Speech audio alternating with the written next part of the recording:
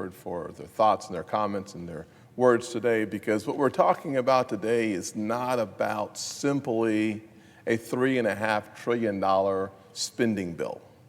We're talking about something more fundamental to what it means to be an American. I am proud to be an American. I am proud to live in a country where upward mobility is a reality, that we can, by hard work and a strong education, change our fortunes in this country, and not only change it for ourselves, but change it for the generations that follow us. As Senator Langford talked about the three important ingredients of escaping poverty, I will say that as a kid who stumbled in high school, who did not do well as a freshman, who did not see the opportunities that America had available, who did not believe always that there was a way that a poor kid in South Carolina could ever escape poverty. I'm thankful that I met a mentor and had a powerful mom who believed in me in a way that I could not believe in myself. I'm thankful to live in a country where the American free enterprise system provided a pathway forward, and if I could just see it and believe it and work towards it, it was possible for me to achieve the outcomes that we're sitting here trying to defend.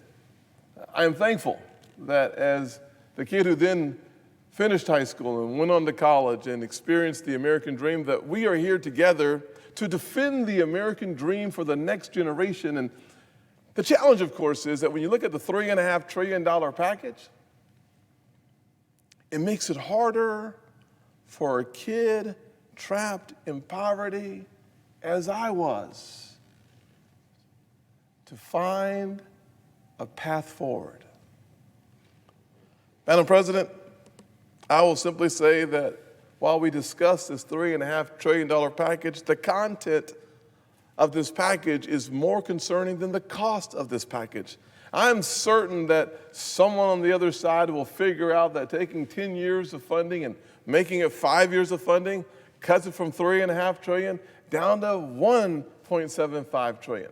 I'm confident that that math is easy to do on either side, but I am not confident that we can preserve the American dream in all of its glory if the content of this package becomes law. I think about how unfortunate it would be in a nation that is nearly divided 50-50 that we would find ourselves because the Democrats control the White House.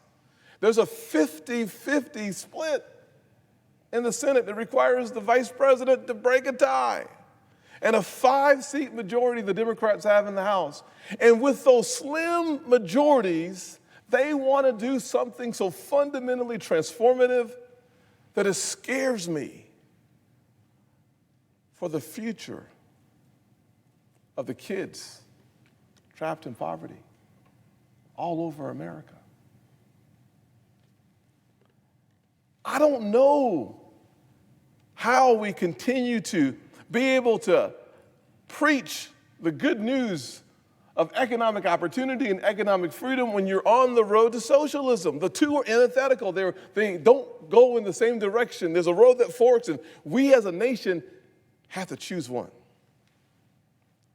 And unfortunately, the Democrats, who have the slimmest of majorities, have the votes to fundamentally weaken the greatest economic engine in world history through taxing and spending policies that bring us so much closer to socialism.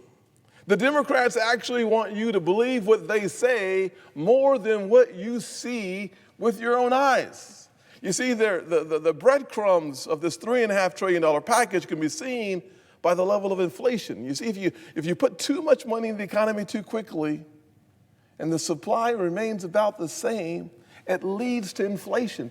What inflation means to kids living in single-parent households and to people living and working paycheck to paycheck, what inflation means is it means a tax. It means even with a small marginal increase in your income, with the rate of inflation being over 5.5%, your spending power goes down. And so when you pull up to the gas station, as I did, and so many Americans do every single day to go to work, and you look at the price per gallon, and it's over $3 a gallon, which represents over a 40% increase in the cost of gas.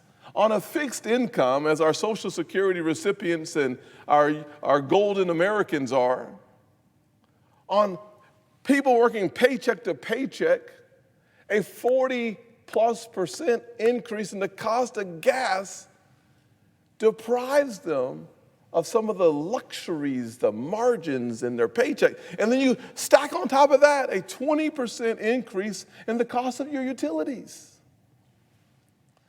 It is impossible to recognize the devastating impact that the Biden inflation is having already on middle income Americans, on paycheck to paycheck Americans, on people living in poverty, and in single parent households. But worse than the inflationary effect, which of course is the precursor to the $3.5 trillion, is what the content does. Think about this. In America today, if you write a check for $10,000, the IRS wants to know where you're writing it to. Under this proposal, imagine, if you will, the IRS spying on your bank accounts for every transaction over $600. Imagine 4 tires, more than $600. So the IRS wants to know why you're spending $600 on tires. Imagine if your engine runs hot and you have to take your car in to get it checked. More than $600. Imagine trying to find the money, scraping the resources together just to be able to buy the school clothes for your kids. And if you have a couple of kids, a couple pair of shoes, pants. Dresses are up 18%. Imagine that $600 expense being taken out of your account and the IRS is looking into your accounts to see what you're spending the money on. The content of this legislation is more dangerous than the amount of the legislation. And I got to tell you, $3.5 trillion is pretty dangerous, but more dangerous than the $3.5 trillion is having the IRS empowered to take a look at every single transaction. Not only the $600, but imagine doubling the number of IRS agents with the $80 billion in this package. Doubling the number of agents to come take a look at your family businesses, your family accounts. Destructive. But go beyond that. Think about the average farmer in South Carolina who spent their entire lives farming, who have more land than money. And because of this package and its impact on family businesses and family farmers, because of the way they want to refigure the death tax or the estate tax, as we say it when we're being polite, mixed company. Here's what it means. It means that you jeopardize the ability to pass your family farm to the next generation. This is not theoretical. You can talk to a farmer named Whit Player in Lee County or Monty Rast in St. Matthews, South Carolina, who've been farming for decades. Ask them about the impact of not being able to pass your family farm or small business to the next generation. Think about punishing the farmers and still providing a check for $12,500 for someone making $800,000 a year to buy a luxury vehicle, electric vehicle, and you're going to give them a tax credit, even though they make $800,000. Imagine a part of the bill where union workers at an auto factory are able to sell their cars with a $4,500 tax credit, but the Volvo worker in South Carolina, the BMW worker in South Carolina, who don't work at a union factory, their cars don't get the $4,500 tax credit. Embedding a unique form of bias into this bill just doesn't feel right. Or restoring the tax credits for the state and local taxes for millionaires and billionaires across this country and putting that burden back on the backs of working people, middle class working people. I won't even go into raising the corporate tax from 21% to 28% or 26.5%. I won't go into eliminating for pass-through small businesses, mom and pop businesses, the 20% increase because you eliminate the 20% credit on their small businesses. I won't get into that because we don't have enough time. I won't get into the raising taxes on individuals. I won't get into the capital gains tax going from 23.8 to 43.8. I won't get into all of that right now. But I will say this.